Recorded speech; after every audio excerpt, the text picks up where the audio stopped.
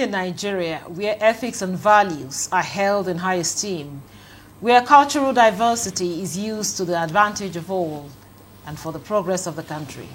All these are possible if ethnic, religious, and cultural groups come together to foster national integration and high ethical values among Nigerians. The National Institute for Cultural Orientation seeks to promote unity, patriotism, and value reorientation, among others, by bringing stakeholders together to discuss how to manage Nigeria's cultural diversity. This will be our focus on Nigeria Today. Thanks for joining us. I'm Eukaria Clinton.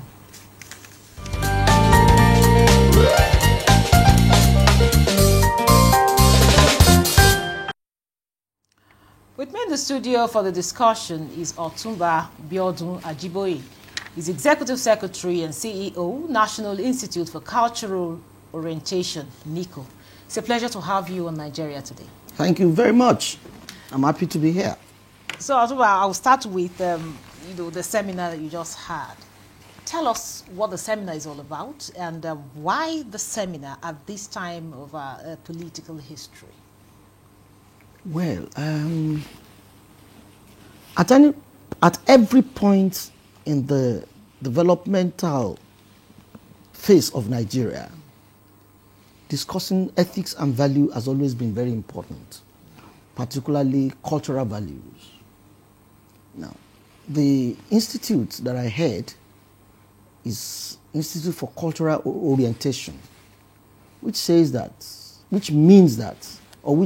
intends to achieve a situation whereby the cultural orientation is brought to the fore. How do I mean? Culture of our people becomes a major platform for determining behavior, associations, and so on and so forth. A nation without concerted effort at moderating or determining expected behavior of citizens is a nation in chaos. In the beginning of Nigeria, our values are high. Cultural values were very high. Ethical values, patriotism, very high.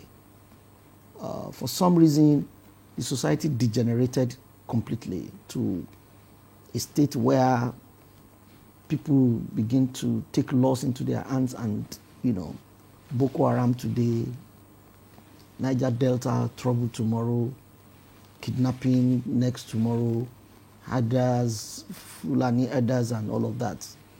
All of those things are as a result of our loss of focus on cultural value and inability to allow cultural values, ethics, societal ethics to develop in young people. So we always do this seminar year in, year out, whereby we seek a template where an opportunity and a platform where we discuss the essence of societal values in citizens and citizens' development. And we just did, this year we did it. But the point is to make an impact of such endeavor, it should be on a large scale. If anything at all, Nigeria is going down in terms of citizens' cohesive behavior, proper behavior, which is as a result of loss of cultural values and ethics. If we really want to develop as a nation, if we want to be a great nation, everything should start from instilling proper cultural values in the citizenry. It is after that that you can think of industrialization and everything else.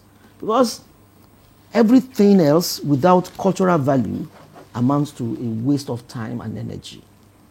That is why you see that government spends huge sum of money on building bridges, and at night, men go there to remove the metals on the bridge, because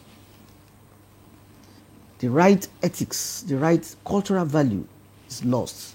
That is why you see somebody breaks into another person's house in the middle of the night and throws a gun up and say, look, give me this, give me that, or I shoot. It is loss of cultural value. What is cultural value? The importance you attach to code of behavior stemming from cultural understanding. Now, having said all this, because I see you talk so much about cultural values. In our society, we are diverse. We are culturally diverse. Now, how significant is cultural diversity to our national identity? Our cultural diversity, as a matter of fact, should have been an advantage.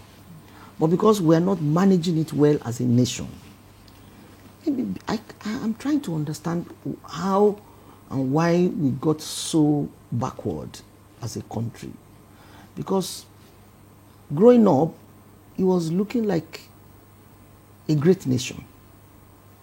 And today, it's not looking like that again, because we have failed to instill the proper values in children and young people. Those children and young people without the right cultural value have grown up into adults. And they are the ones destroying the economy. They are the ones who are involved in corruption without batting an eyelid. They are the ones who are involved in all sorts of misbehavior that is destroying Nigeria. So for Nigeria to have the right kind of peace, bringing back our cultural value is one of the most essential. No, and how can we do this, given the fact that we are in the era of social media? Quite a lot of the parents tell you one thing, you go to the social media is telling you some other things. So how can we bring back these values, given this facing this the technological development that we are in now? The first thing to do is to be a serious people, serious leadership. China manages content on the social media. The children in China don't see things that the leadership and government doesn't want them to see. So we can't afford to be this reckless with our lives, whereby a child of 13 is exposed to so much nudity, so much terrible things, content on social media. It's part of the fact that we have refused to curtail our excesses as a people. Oh, it's a serious problem. If you don't know, madam, a very serious problem. There is no nation that can grow without managing its citizens' excesses. See, in those days we were exposed to Indian films, American films, without managing content. You see a lot of things in these films where, in American films, exposure to guns. And children watch these films and they imbibe the wrong values. A society is not left loose. Any society left loose is a society moving towards anarchy, the kind we are in today. Every society is supposed to be managed. Inability to manage a society is opening your doors to plethora of confusion, anarchy, catastrophe, wars, needless, strife everywhere. So, I wonder why we think that development is only about our ability to manufacture planes or airplanes or ship. No. The first step of development is human management, behavioral management of the citizens. That is the only time, once they are fairly curtailed, is the only time they can reasonably have what we call a sense of patriotism. So, there cannot be national values without cultural values. A man is first a citizen of a culture before becoming a citizen of a country. So struggling for national values, it's just a waste of time. Cultural values first. A 2-year-old child is exposed to the kind of food, the kind of language, the kind of dress the parents instill in his head. And he grows up understanding that father does not like me to speak vulgar.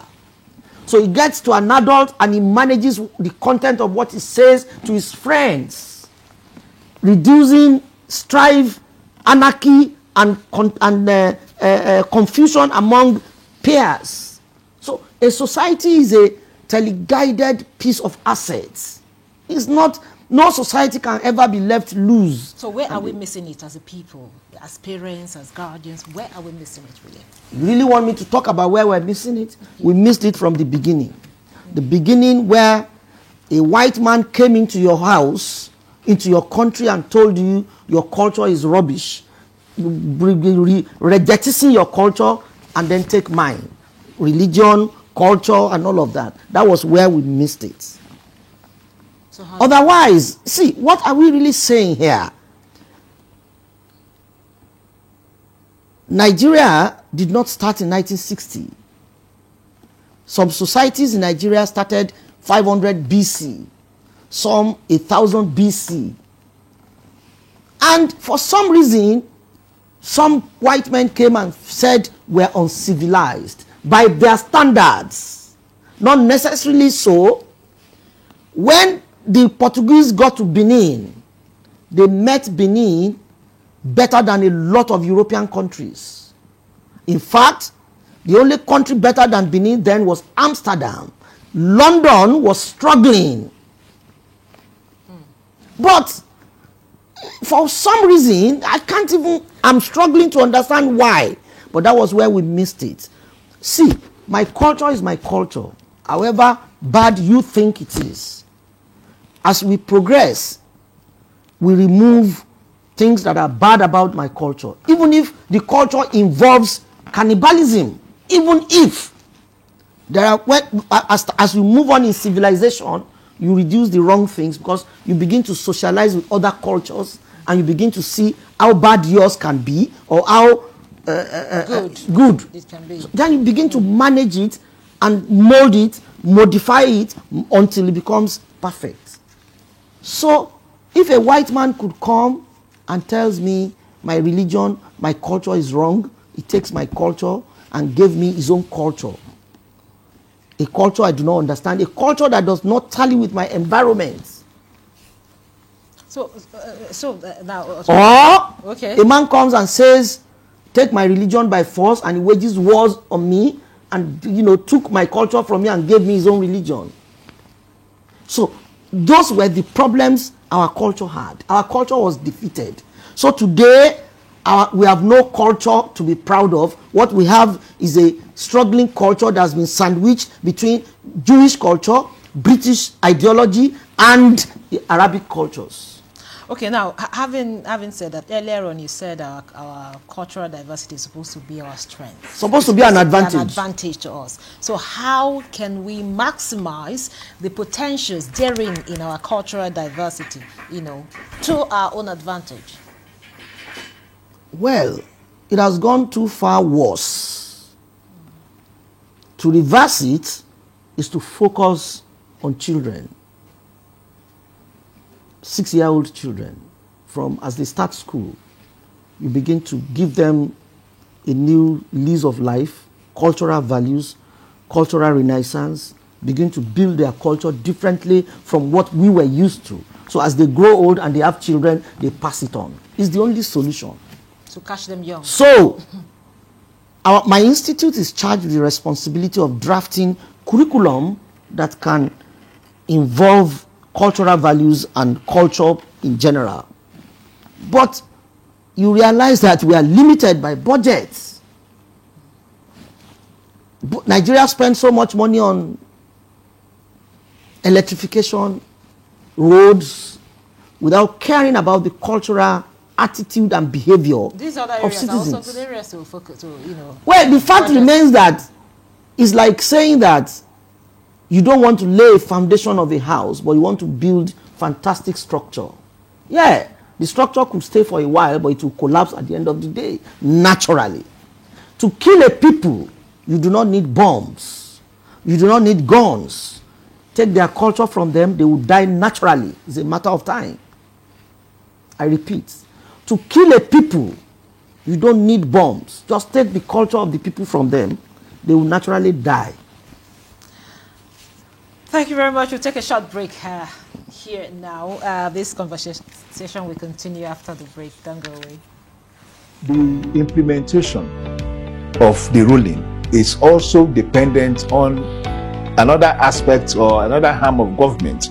Nowhere in the world will allow under digital economy for banks not to be dispensing domestic currency in that economy. What will make this one different? We want to know what they do as occupation.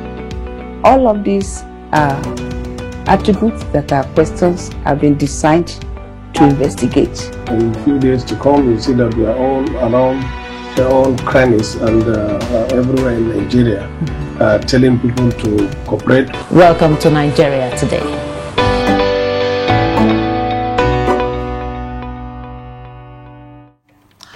Welcome back. This is still Nigeria Today, and we're talking about managing cultural diversity. And of course, I have here in the studio the Executive Secretary and the CEO, National Institute for Cultural Orientation, Nico Otumba Biodun Ajiboye.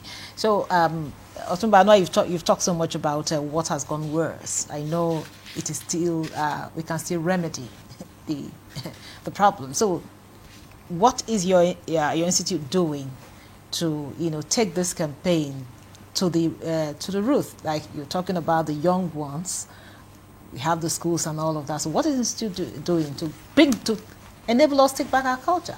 What can we do? If you ask me, the kind of seminar we had today on ethics and values should be such that will attract close to 1,000 to 2,000 people from all walks of life, televised live for people to hear. That is when you are doing something that has an impact on the society. And we gathered people, few people, 300, 400 people talking to them. It does not have any. So there's a need for huge budget to be able to execute something that is. And where is the huge budget? Nowhere. Huge budget goes on roads, infrastructures, and all of that. Yeah, but then, like I said, the number of accidents we have on the roads today is a result of reckless and lack of cultural value. Cultural values include ability to tolerate patience, respect. That is what our cultures appreciate. The young man that saw me there might not have ever seen me, but looking at me and feeling I'm older, he went on the floor to greet me. That is culture. Culture of respect. And it cut across most cultures. The Igbos, the Hausas, the Yorubas, the Ibibios. Our cultures are naturally very tender and nice. Very good. But if we don't nurture a culture that is being confused like ours, infiltrated like ours, then we get into this kind of situation whereby everything is almost lost on us. See, for whatever it is worth, something misplaced our culture. And I keep to say, incursion of foreign religions. Those religions didn't come like spiritualities alone. They came like attitudinal change. They change your dressing. They will tell you the kind of food you can eat that will make you see the kingdom of God. They tell you the kind of language you can say that will make you see the kingdom of God. So, all of those are taking the naturality away and replaced by what they felt was right. We're now managing a culture we do not understand. So, To survive or to change the tide is to appreciate and walk around the cultural values, ethics of our people as it were when we were young. I give you an example. I grew up in the village, and night markets, when I was growing up, between 1968 and 1974, for instance. 1968, I was about 6 years. And you find out that people would go take items in the market and put money, and without the fellow who owns the wares there is not there. I've seen that many times. Even in Lagos, you parked your car in Tinubu Square with your ignition right in the car. You go with the key on the ignition, you go and buy, you come back, you kick your car and go. It had happened in this country. That was when there was right value, societal value. Stealing was terribly condemnable. But then this time you're talking about religion has come then. Yeah, but it has not become the order of the day.